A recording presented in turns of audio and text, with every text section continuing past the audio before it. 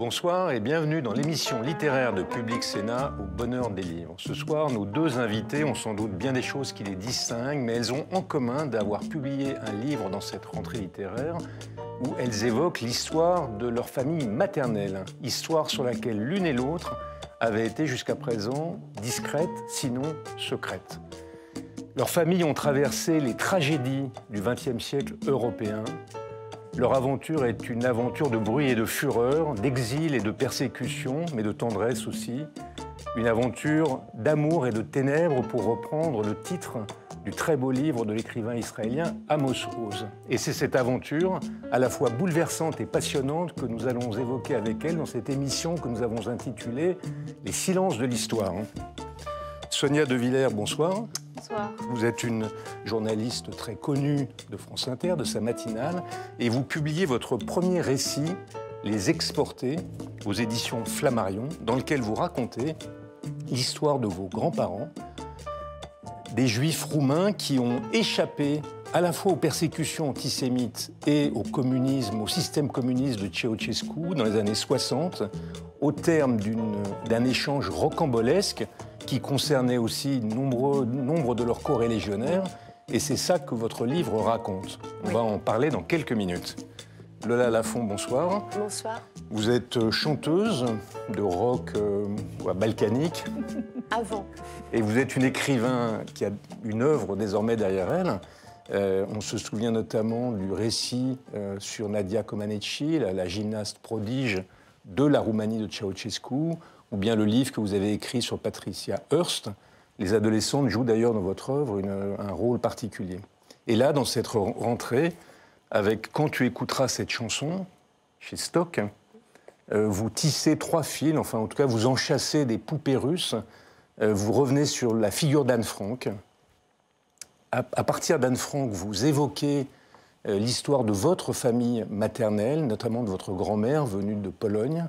Et puis, troisième thématique, c'est l'occasion pour vous de vous interroger sur votre rapport avec cette identité, cette histoire familiale, cette mémoire douloureuse. Mais commençons par le début. Donc, dans cette collection, on propose à un écrivain de s'enfermer dans un musée. Et vous avez choisi de vous enfermer dans le musée Anne Frank à Amsterdam, qui est en fait l'annexe, la cache où se dissimulait Anne Frank, sa famille, une autre famille, et où finalement les nazis les ont découverts, arrêtés, déportés à Auschwitz, où elle est morte. En quelques mots, pourquoi est-ce que c'est ce musée-là que vous avez choisi ? Alors, il s'est imposé tout de suite. J'ai su que je passerais la nuit là-bas. J'ai l'impression que je me suis mise dans une situation où il était impossible justement d'échapper à ce vide, à cette absence qui est à la fois celle de ma famille, de toute une génération. Et puis, l'absence, c'est une histoire européenne, comme vous le disiez. Donc, qu'est-ce que c'est ce gouffre ? Et ça croisait aussi ma passion pour les icônes adolescentes qu'on croit tellement connaître et dont on s'aperçoit toujours qu'on ne les connaît pas du tout. Alors, moi, je dois dire qu'en vous lisant, j'ai découvert qu'Anne Frank, cette icône, comme vous dites, cette icône de la tragédie d'extermination par laquelle des générations d'écoliers ont découvert la Shoah, que cette icône, en fait, avait vu sa statue sculptée, modifiée, trafiquée en fonction d'un certain nombre de considérations. Et vous nous racontez ça. Moi, je l'ignorais complètement. Mais moi aussi, et j'aime bien faire partager mes découvertes au fur et à mesure de l'écriture. Et s'il y a quelque chose que j'ai découvert, et cette question a été vraiment importante pendant la nuit, c'est la façon, effectivement, dont le texte, le journal d'Anne Frank, a été malmené. Déjà, première chose, on ne devrait pas l'appeler un journal, puisqu'Anne Frank a réécrit entièrement son journal dans l'annexe. C'est une écrivaine, et ce sont les Américains, dans les années 50, qui l'ont renommé Journal d'une jeune fille, parce que c'était plus commercial. Et la question qui est vraiment venue pendant la nuit, c'est qu'est-ce qu'on a fait d'elle, en fait ? Même quand on l'aime énormément, qu'est-ce qu'on a fait d'elle ? Comment on l'a lissée ? Comment on a fait d'elle une statue de l'adolescence, en écartant un petit peu sa prescience politique, la façon dont elle voyait, même au travers d'un petit bout de fenêtre, les nazis dans les rues d'Amsterdam, et sa judéité aussi. Dans ce livre, quand vous vous enfermez dans l'annexe, dans la cache d'Anne Frank, vous sortez, si j'ose dire, de votre propre placard. Oui. Et c'est l'occasion pour vous de revenir sur votre histoire familiale et à travers Anne Frank d'évoquer le passé de votre famille maternelle que rien ne laisse apparaître dans votre nom ou dans votre œuvre précédente. Pourquoi est-ce que c'est à ce moment précis, pourquoi est-ce maintenant que vous avez éprouvé le besoin de parler de ça? Peut-être parce que c'est mon 7e livre et qu'il était temps, peut-être aussi parce que je suis comme tout le monde, je vis dans le monde actuel et que la montée des racismes, la montée de l'antisémitisme fait qu'à un moment donné, j'ai ressenti l'obligation personnelle de ne pas être dans le silence. Peut-être aussi parce qu'il y a vraiment... c'est difficile de parler de ce livre sans évoquer le fait qu'autour de nous en Europe, beaucoup de pays choisissent une extrême droite au pouvoir. Donc voilà, je ne m'en suis pas rendu compte tout de suite, mais je crois que tout ça s'est un peu mélangé. En fait. Je trouve que la partie sur Anne Frank, enfin, l'évocation d'Anne Frank, la vérité d'Anne Frank, la recherche archéologique sur la vérité d'Anne Frank est passionnante. Mais la partie la plus touchante, c'est l'évocation de votre grand-mère, Ida Goldman, qui est par parenthèse la tante de Pierre Goldman et de Jean-Jacques Goldman, le chanteur. Oui. Enfin, c'est anecdotique. C'est le trajet de cette grand-mère venue de sa Pologne, fuyant la Pologne en raison de la misère et de l'antisémitisme, venue en France, tentant de s'intégrer plus ou moins bien, Oui. apprenant tardivement à écrire, se nourrissant de la culture française à travers apostrophes. J'ai eu l'impression que ce livre était évidemment un portrait d'Anne Frank, mais était une reconnaissance de dette tendre à l'égard de votre grand-mère. Ah oui, oui. C'est drôle parce que finalement, comme vous le dites, c'est une femme qui a appris à lire le français, à l'écrire à plus de 60 ans, et qui était profondément littéraire, qui était vraiment une amoureuse de la littérature, qui ne ratait pas un numéro d'apostrophe parce que la littérature ou l'art ne pouvait lui parvenir que par des spécialistes, en fait, ce qu'elle vénérait complètement. Et c'est vraiment pour elle et par elle, dans la mesure où elle m'a offert, très concrètement, une médaille Anne Frank quand j'étais adolescente, en me disant « ne l'oublie pas », et sans rien d'autre. Et je n'ai jamais su d'où venait cette médaille. Quand je l'ai montrée au directeur du musée, il n'en avait jamais vu, comme ça. Et j'ai eu cette médaille dans la poche pour aller à la rencontre de l'oubli, en fait, un petit peu. Alors, à travers cette grand-mère, vous évoquez aussi la famille, enfin votre famille, et à travers elle, une communauté, en fait, venue d'Europe centrale ou orientale, intégrée en France, mais qui s'intègre sans s'intégrer, tout en s'intégrant. Je voudrais juste lire un tout petit passage. Vous écrivez « Mes grands-parents ont survécu en faisant comme si la France avait vraiment été une terre d'accueil. Ils ont fait de l'oubli un savoir. Ils ont prêté allégeance à l'amnésie. Le quotidien demeurait pour eux un espace hostile dans lequel ils redoutaient de mal faire, d'être montrés du doigt, d'être traités comme des étrangers. Ils n'ont connu aucune sérénité, sauf ces dimanches après-midi où ils se retrouvaient avec ces autres qui leur ressemblaient, leurs amis polonais, russes, roumains, tous membres de la même association juive, laïque et communiste. Là, le temps de quelques heures, ils quittaient le français comme on se défait d'un habit trop étroit. Ils reprenaient de l'assurance, ils n'étaient plus ces gens venus d'ailleurs. Oui. Je pense que ça a été quelque chose de fondamental pour eux, ce désir d'abord cette idéalisation de la France qui leur a fait, je ne sais pas, qui leur a fait beaucoup de tort dans un sens, parce qu'ils sont venus en France, parce que c'était la Déclaration des droits de l'homme, Victor Hugo, ils en parlaient beaucoup. Et concrètement, quand ils sont arrivés en France, quelques années plus tard, on leur a demandé on les a obligés à porter l'étoile jaune. Il y avait ce paradoxe comme ça d'extrême reconnaissance et de silence, puisque par exemple ils n'ont jamais parlé du Veldiv, jamais. Ils se sont cachés, et pourtant une des pires choses pour eux était d'être signalés comme étrangers plus tard, après. Alors ils avaient un accent bien sûr, mais c'était quelque chose qu'ils combattaient. Et est-ce que dans le fait que vous ayez parlé si tard de cette histoire, est-ce qu'il y avait dans cette double identité la volonté d'être français, mais en même temps le fait de garder par-devers eux une identité auquel ils étaient attachés, est-ce que ça a fabriqué comme une injonction pour vous de vous taire? Est-ce qu'il y avait une obligation de discrétion parce que c'était comment dirais-je, la loi de l'intégration? Il y avait vraiment un mélange, c'est-à-dire à la fois effectivement d'être la meilleure française possible, et puis le fait de savoir, dans un sens qu'ils ne le seraient jamais, et donc autour d'eux, il n'y avait jamais de Français. Il y avait toujours des Juifs russes, des Juifs polonais, et moi je pense que ça m'a donné une distance aux choses qui me permet d'écrire. J'ai l'impression que c'est un rapport avec l'écriture, c'est-à-dire que d'être de nulle part vraiment, d'avoir un pied là et un pied là, peut-être vous offre la distance qu'il faut pour raconter les choses. Et en particulier, je pense à Anne Frank. Je ne suis pas une fan d'Anne Frank. Je ne suis pas rentrée dans le musée en étant une spécialiste, une fan, ce qui m'a permis peut-être de voir, d'observer la façon dont, on en parlait au début, dont par exemple Hollywood a voulu en faire un symbole universel. Et là, le mot, il est très intéressant, parce que pour que ça devienne un succès universel, il fallait la lisser et en faire tout sauf une jeune fille juive persécutée par les nazis. Il fallait en faire une jeune fille qui écrivait son journal et qui parlait de sa mère.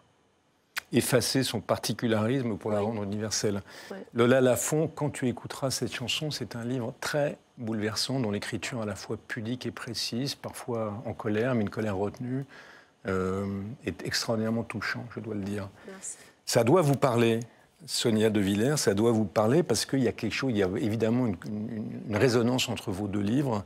Comme Lola Lafont, vous portez un nom bien français, celui de votre père.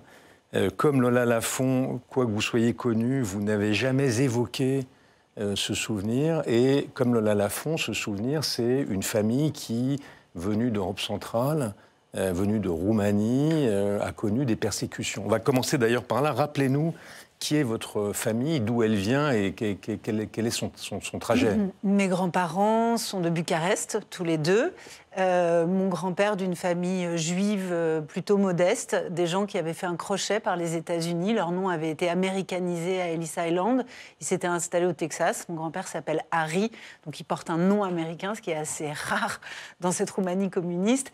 Et puis, mes arrière-grands-parents sont pris de nostalgie et font le voyage à l'envers au début du siècle. Donc, ils vont tout connaître, la Première Guerre, la montée du fascisme dans l'entre-deux-guerres, la Roumanie fasciste, parce qu'on le sait peu en France, mais la Roumanie a combattu aux côtés d'Hitler et a même été le principal bras armé des nazis à l'Est. La Roumanie a eu son maréchal Pétain, il s'appelle le maréchal Antonescu, et les Juifs de Roumanie ont connu l'étoile jaune, pas à Bucarest, mais ailleurs, ont connu des déportations massives, ont connu des humiliations effrayantes, ont connu la barbarie et la sauvagerie de pogroms à répétition. Donc mes grands-parents se rencontrent en 1935 et ma grand-mère, elle, est issue d'une très grande famille d'intellectuels juifs, les Sanielewicz. Elle a 7 oncles à l'académie et elle tire un orgueil effrayant et un devoir d'excellence qu'elle transmettra ensuite aux générations futures. Ils sont assez étranges, Harry et Gabriela Greenberg, devenus délais à nous pour roumaniser leur nom, donc pour s'intégrer dans la Roumanie. Ils sont assez étranges parce qu'ils ont un talent pour l'amnésie et un goût pour l'amnésie. Ah. Ils euphémisent les persécutions antisémites des années 30, ils oublient quasiment ce qui s'est passé pendant la guerre. Ensuite, ils participent au régime communiste, ils sont des apparatchiks, enfin en tout cas, ils sont dans le système. Et puis, venus en France, on va revenir dans quelles conditions, hop, ils passent au Figaro. Ils passent au Figaro, ça devient des gens, d'abord qui s'éloignent de la chose politique, mais qui basculent clairement à droite, qui haïront toute leur vie tout ce qui pourrait ressembler à la gauche. François Mitterrand, qui était la grande figure socialiste de mon enfance, était haï chez mes grands-parents, vraiment haï. C'est des gens qui ont adhéré avec beaucoup de conviction et de sincérité au Parti communiste, comme beaucoup de juifs en Europe de l'Est. C'est des gens qui n'avaient pas changé de nom pendant la guerre, ni avant la guerre. C'est des gens qui ne s'étaient jamais sentis juifs. Qui avaient cultivé une forme d'indifférence au judaïsme. Il y avait même une volonté d'assimilation forcée. Et ils n'ont changé de nom qu'après la guerre. Ils se sont choisis un nom dans un roman. Un nom qui ne voulait rien dire, qui n'appartenait à personne. Un nom de fiction. Comme s'ils voulaient redevenir les maîtres de leur récit. Pouvoir écrire leur histoire, réécrire leur histoire. Et ma mère et ma tante sont nées après la guerre, avec ce nom pioché dans un roman, ce nom non juif. Et mes grands-parents ont été les premiers à vouloir oublier, comme les communistes, au fond, l'ont exigé des Juifs de Roumanie. Au fond, il y a eu une grande entreprise de falsification de l'histoire. Les communistes n'avaient pas envie, ne pouvaient pas assumer le passé fasciste de ce pays dont ils prenaient la tête et dont ils prenaient les rênes. Et au fond, mes grands-parents ont oublié leur passé juif, et avec ce nom, se sont rebâtis une histoire profondément optimiste. Et quand ils ont été chassés, parce qu'ils ont été chassés en 1961, ils sont arrivés à Paris. Eux, ils ont vécu très, très seuls. L'exil, le déracinement, c'est des gens qui ont vécu très seuls, loin des Roumains, loin des Juifs et loin des communistes. Il faut raconter maintenant comment ils ont échappé au système communiste. Parce qu'à cette occasion, à l'occasion de l'histoire de votre famille, vous racontez quelque chose qui était, je crois, inconnu, ou très peu connu du grand public, totalement inconnu de moi.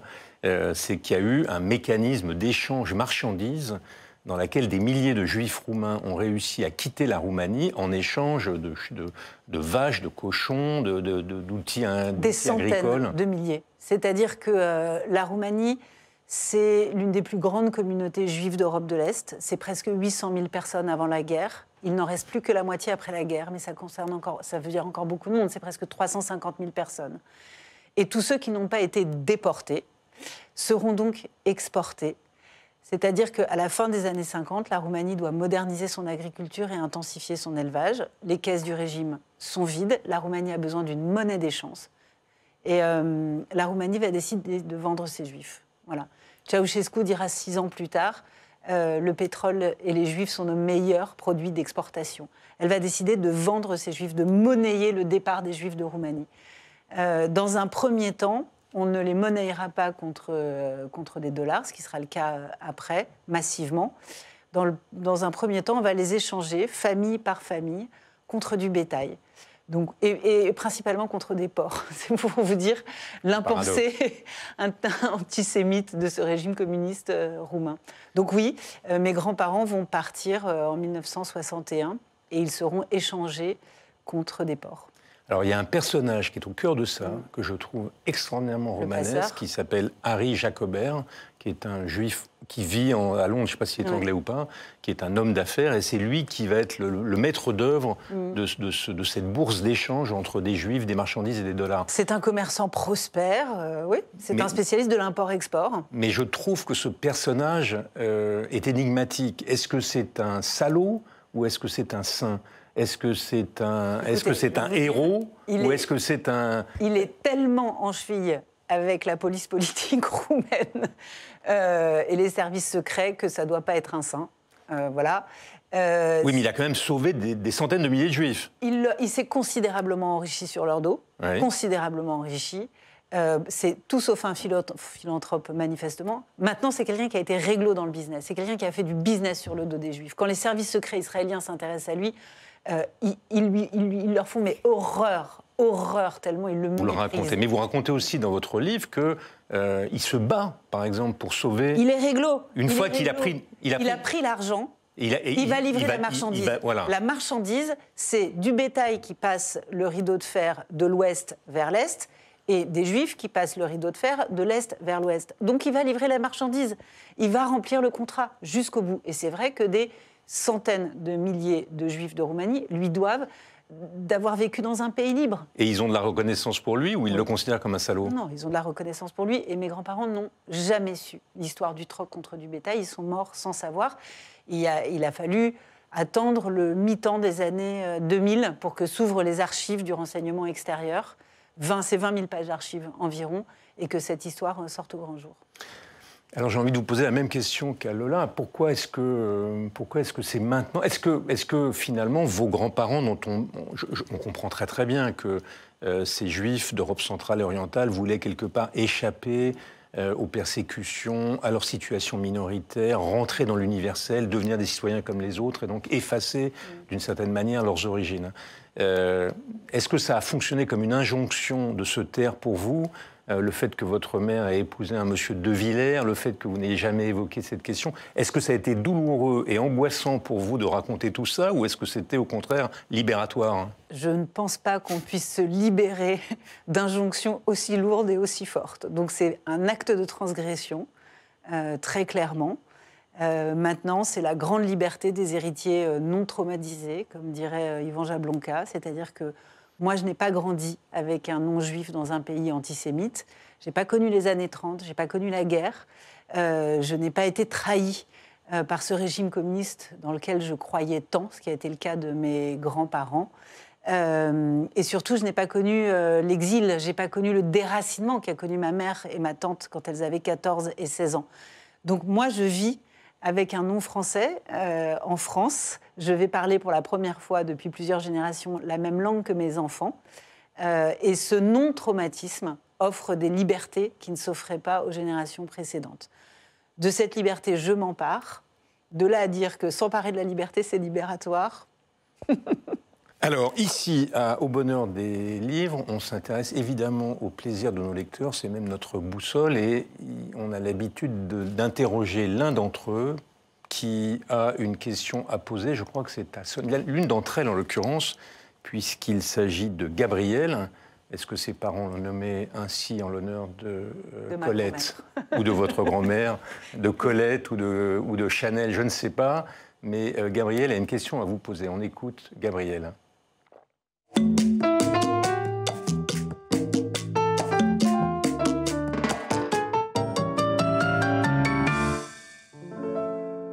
Bonjour, je m'appelle Gabrielle, j'ai 28 ans et je suis naturopathe et réflexologue. J'ai toujours aimé lire, mais dans le cadre de mes études et de mon changement de vie, j'ai été amenée à lire beaucoup de livres de développement personnel, mais aussi des nouvelles philosophiques, voire spirituelles. Donc aujourd'hui, j'aurais aimé vous parler d'un livre qui m'a été une véritable révélation. Ce livre, c'est La prophétie des Andes de James Redfield. Donc c'est un récit initiatique où le personnage principal, au travers de plusieurs révélations, va s'ouvrir aux synchronicités de la vie. Le message de l'auteur, en fait, c'est qu'il n'y a pas de hasard, mais des coïncidences, et qui, si on sait les écouter et les accueillir, nous délivrent des messages sur nos chemins de vie. Donc pour introduire ma question à Sonia De Villers, je me suis longtemps interrogée sur le trauma transgénérationnel, qui a été mis en lumière il y a plus de 20 ans par la psychanalyse, et qui prouve l'impact et les répercussions possibles d'un choc psychique sur les générations suivantes. Sonia, votre livre Les Exportés, à mi-chemin entre quête identitaire personnelle et un minutieux travail d'enquêteur, vous a permis d'exprimer au grand jour le lourd héritage de vos grands-parents passés sous silence. Sans rentrer évidemment dans votre intimité, j'aurais aimé savoir si l'écriture de ce livre vous a aidé à vous délester d'un poids. Et si je pars du postulat que oui, comment cela s'est-il manifesté dans votre vie personnelle? Je vois que Gabriel et moi avons des préoccupations communes. Oui, ce livre ne me déleste en aucun cas d'un poids. Ce livre m'a permis d'exhumer quelque chose qui n'était pas nommé depuis donc 3 générations dans ma famille. Et derrière cette prétendue indifférence au judaïsme, cette farouche volonté de ne jamais se laisser assigner une identité, et surtout pas une identité juive, derrière ça, il y avait 3 générations de peur. Et je pense que la peur est une réalité psychique. C'est-à-dire que mes grands-parents, à la différence des aïeux dans la famille de Lola, n'ont pas été déportés. Les Juifs de Bucarest auraient dû être déportés. Tout était prévu pour qu'ils le soient, y compris les trains. Et le camp de concentration leur était réservé. Ça a été décalé. Donc c'est un non-lieu. Ça n'a pas eu lieu. Et pourtant, ils ont vécu dans cette peur. Et cette peur, elle se transmet. Et elle fait des ravages. Bon, j'aimerais parler des heures avec vous de ces 2 sujets. On ne peut pas malheureusement ni parler des heures avec les auteurs qu'on invite, ni parler de tous les auteurs dont on aime les livres, mais on peut les évoquer. Et donc je vais vous demander à l'une et l'autre, on va commencer par vous, Sonia, quel est le livre qui vous a marqué ces derniers temps? Attention, c'est satisfait ou remboursé. Vous devez présenter un livre que ceux qui nous suivent vont adorer. Bah, vous allez adorer Disparaître de Lionel Duroy, qui est paru à la fin de l'été chez Mialet-Barreau. Lionel Duroy, c'est un très bon écrivain français, un homme vraiment extrêmement profond et qui, partout où il se déplace, trimballe avec lui ses fantômes. Donc, il y a à peu près toute la famille, il y a les grands écrivains qu'il a aimés, il y a les femmes qui l'ont quitté, il y a tous ses enfants, il y a ses frères, ses sœurs, il y a le fantôme très traumatisant de sa mère, il y a ce père adoré, Toto, et donc il les trimballe de livre en livre. Et donc, Lionel Duroy décide d'en disparaître, arrivant aux alentours de 70 ans, de prendre son vélo, car c'est un grand cycliste, et de pédaler jusqu'à Stalingrad. Va-t-il arriver jusqu'à Stalingrad? Vous le saurez si vous êtes satisfait et non remboursé. Entre-temps, il traverse la Roumanie. Voilà. Et il raconte la Roumanie d'aujourd'hui. Lola? C'est un premier roman qui m'a vraiment bluffé, de Kinga Wersikowska. Ça s'appelle Patte blanche, c'est au Seuil. Je vais être un peu cruelle avec les autres lectures que j'ai eues cet automne. Je n'ai pas pu le lâcher, ce qui n'a pas été le cas souvent. C'est l'histoire d'une famille et d'une grande bourgeoisie qui va peu à peu devenir terrorisée par le monde autour d'elle et se renfermer sur elle-même jusqu'à devenir vraiment d'une paranoïa tout à fait alarmante. Mais surtout, ce sont des portraits. Alors, on pourrait dire qu'elle traverse tous les thèmes sociétaux. On peut dire vraiment et la guerre en Syrie, et la peur de l'autre, et le développement personnel, justement, comme nouvelle religion, etc. C'est à la fois drôle, mais d'une justesse et d'un rythme impressionnant. Donc, voilà. Bon, je vois que vous êtes bien travaillés l'une et l'autre par les fantômes et l'enfermement. Mais quand on lit votre livre ou livre, c'est normal. Pas du tout. Dans l'émission, Au bonheur des livres, on a aimé Camille de Toledo. Ça, c'est le poche de la semaine. Camille de Toledo est un écrivain très étrange. Il écrit des versets et c'est une fuite vers ses souvenirs après la mort de sa mère, de son père, de son frère. Et c'est un livre assez étrange, très entraînant, qui a été salué comme un chef-d'œuvre au moment où il est sorti et qui est maintenant en poche. Audrey Hepburn, une star pour tous, une petite collection qui évoque des stars de cinéma. Mais Audrey Hepburn, évidemment, on l'a choisie par écho à vous. Oui. D'abord parce qu'on adore Audrey Hepburn, mais par ailleurs, elle était hollandaise, oui. Sa mère était collaboratrice, elle a participé à la résistance elle-même et elle a refusé de jouer Anne Frank. Vous le racontez d'ailleurs. Elle ne se sentait pas légitime justement par rapport à cette histoire. Dévoiements familiaux. Voilà. Et elle aurait dû jouer Anne Frank au cinéma, elle a refusé. Sa droiture contraste avec les autres comportements que vous évoquez dans votre livre. Oligarque, chez Grasset, c'est un auteur qui est un pseudonyme. Elena Morozov, ça aurait dû être Morozovna d'ailleurs, Elena Morozov, mais je ne sais pas qui c'est, mais il connaît parfaitement les mécanismes financiers internationaux, il écrit très bien, c'est haletant, et ça montre, passionnant par les temps qui courent, ça montre comment c'est fabriqué le système économique et financier de l'oligarchie poutinienne. Donc vous ne savez pas qui c'est, mais vous êtes sûr que c'est un homme. Oui, c'est ce que j'allais dire. J'en sais rien. Je n'en sais non. Mais quand même, vous dites il. Bah, vous la présentez en disant l'auteur, l'autrice. Il ou elle. Elle, devrais-je dire, puisque c'est... Non, je ne sais pas qui c'est. Personne ne sait qui c'est. En tout cas, c'est un grand connaisseur du système. Et enfin, vous savez que c'est Octobre Rose, le mois consacré à la lutte contre le cancer du sein. Et donc, dans ce cadre, nous vous proposons de lire Les Montagnes Roses de cette chanteuse Rose qui avait écrit d'autres romans et qui raconte là son combat contre le cancer. Voilà, cette émission est terminée. Merci à Sonia De Villers et merci à Lola Lafont. Merci à Gabrielle, notre lectrice. Merci à vous qui nous avez suivis. Vous pouvez revoir cette émission sur le site de Public Sénat ou en podcast sur votre plateforme préférée. Et vous pouvez aussi nous retrouver la semaine prochaine, même heure, même jour, même chaîne, à moins que d'ici là, nous ne nous soyons croisés dans une librairie. Bonsoir.